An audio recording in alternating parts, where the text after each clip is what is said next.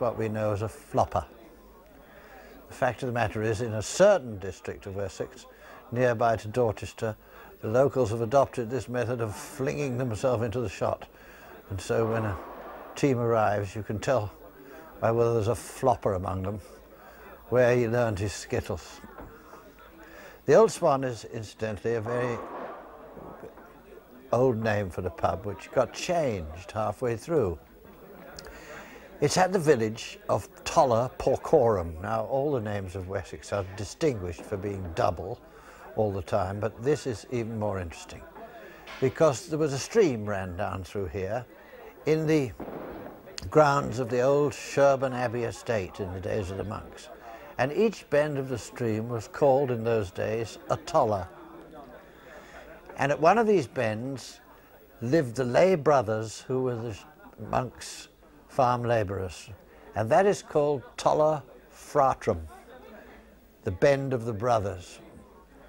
Next to it is another bend which ran through the wasteland and the forest where the swineherds fed the pigs, and that is called Toller Porcorum, Toller of the pigs, or Toller of the swine, and that is the name of this village. And it is generally believed, and very probably true, that this is where the swineherds drank in the days when this was just a little pothouse of poles and a thatched roof, and that it was called the Swine. And it went on being called the Swine until Victorian times, when it got changed to the Swan, because it seemed slightly more respectable. And then when they rebuilt it in Victorian times, they did what they called it the Old Swan. People do that nowadays. When they build something new, they like to call it the old something. However, Toller Porcorum, a splendid name, and the Old Swan, and one of 1,000 skittle alleys in Wessex. Now, up go the Skittles again. Now, the reason for this is that the stickers, the chaps who put the Skittles up, know every one of those. There's a right flopper. Actually, he's the captain of the visiting side. They know the behaviour of every Skittle. They know that one is a bit springier than another, and one is a bit deader than another, and one will fly well through the rest of the pack, and others won't. And if they want to, they can very much favour the home side by putting the right Skittles up in the front when the home side is playing, and the wrong Skittles up in the front when the visitors are playing. And so some while ago they decided in the Skittle leagues that the front 3 pins must be marked, so there could be no monkey business from the stickers. Of course, you get 3 balls at it. If you knock all 9 down in less than 3, you get another turn at them. If you knock all 9 down and they go up again, it's called a stick-up. If you knock all 9 down twice and then have another go, of course, it's a double stick-up, and it's possible in those cases, another flopper, it's possible in those cases to get 27. That's the maximum number that can be got in the game. I've never seen 27. I have twice seen 25. I don't know if we're going to see them this evening.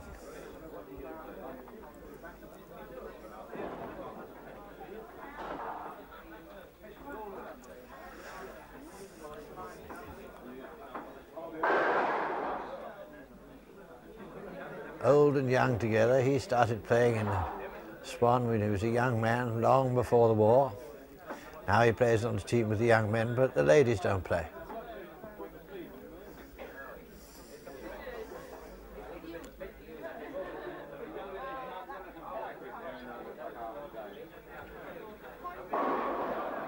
Not very effective. You can see there's quite a smoke coming up in here by now. You can also see the long ramp at the back where the balls are sent back. The stickers drop the balls at the top of that slope after each shot, and they trundle back to the people playing. And there are a total of 3 leagues in this district playing around the pubs.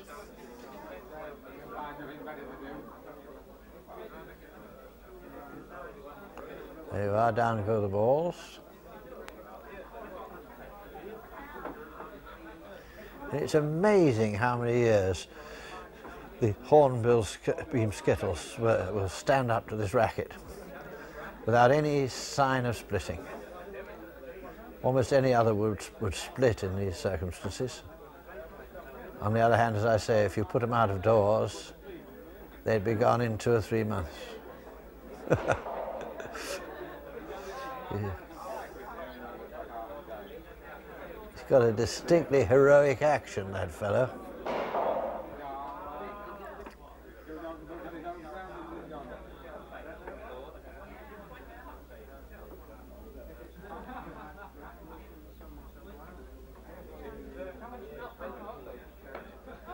The other great thing about this place is that long rail at the left-hand side of the alley that you can see can be lifted out, and a carpet rolled all over the place,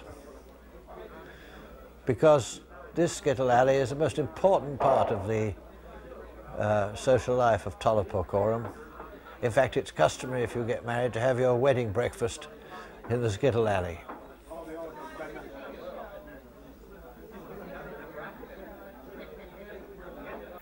In the summer, they play skittles out of doors, even in the pubs which don't have skittle alleys, which are very much a minority, and on the village greens and at the garden fetes at the vicarage and so on.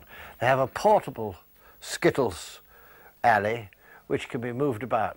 This is owned by one of the clubs and taken around to these occasions.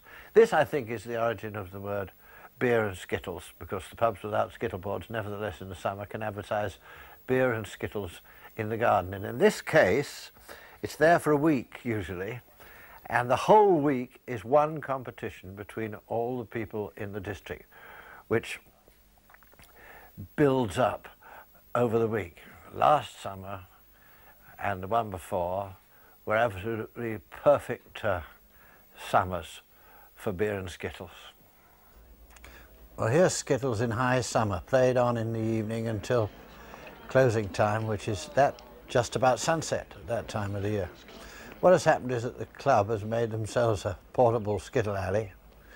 It doesn't have the quality of the ordinary one, and it takes them hours to set it up and sand it down and peg it up so it gets to be approximately level. And it goes round the pubs in the course of the summer. Each one has it for a week.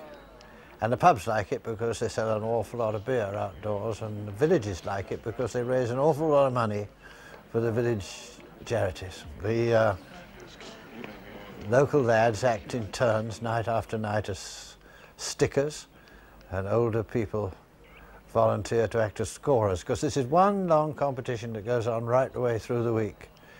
And anybody can join in, including the ladies if they feel bold enough. And everybody pays to join in at so much a turn of course being 3 skittles. And whoever gets the highest score for 3 shots at the end of the week collects a good pool prize, and the rest of the money goes to the local causes. It's something to watch too while you're drinking.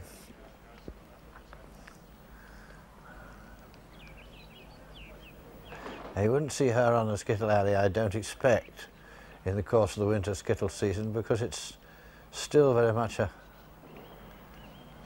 masculine preserve. And I don't think that we've seen a lady here yet that will threaten the best of the men. But we'll see, because the beer begins to play a part as the week goes on. Because what happens is that every so often people go and look over the scorer's shoulder, find out what the highest title is, highest score is up to now. And if they find that they've been beaten, then they start buying more turns at 20p a time. And some of them will totter onto the board late at night, right through the week, determined to win.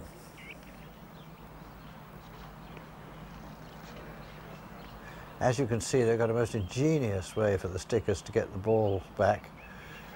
It's a large piece of modern plastic sanitary pipe, which serves the purpose very well indeed. Oh, I don't know, that's quite promising. As for me, I'm just a spectator at this, and what I'm really waiting is for the barbecue supper to come up, because the outdoor supper is a a part of the occasion. Hello, we've got a flopper.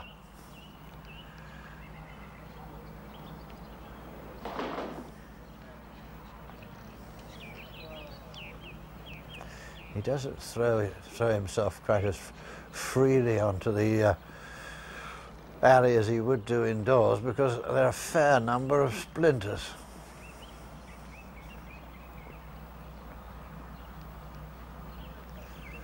That's what we're waiting for. Sausages by the score are being sold now with the beer.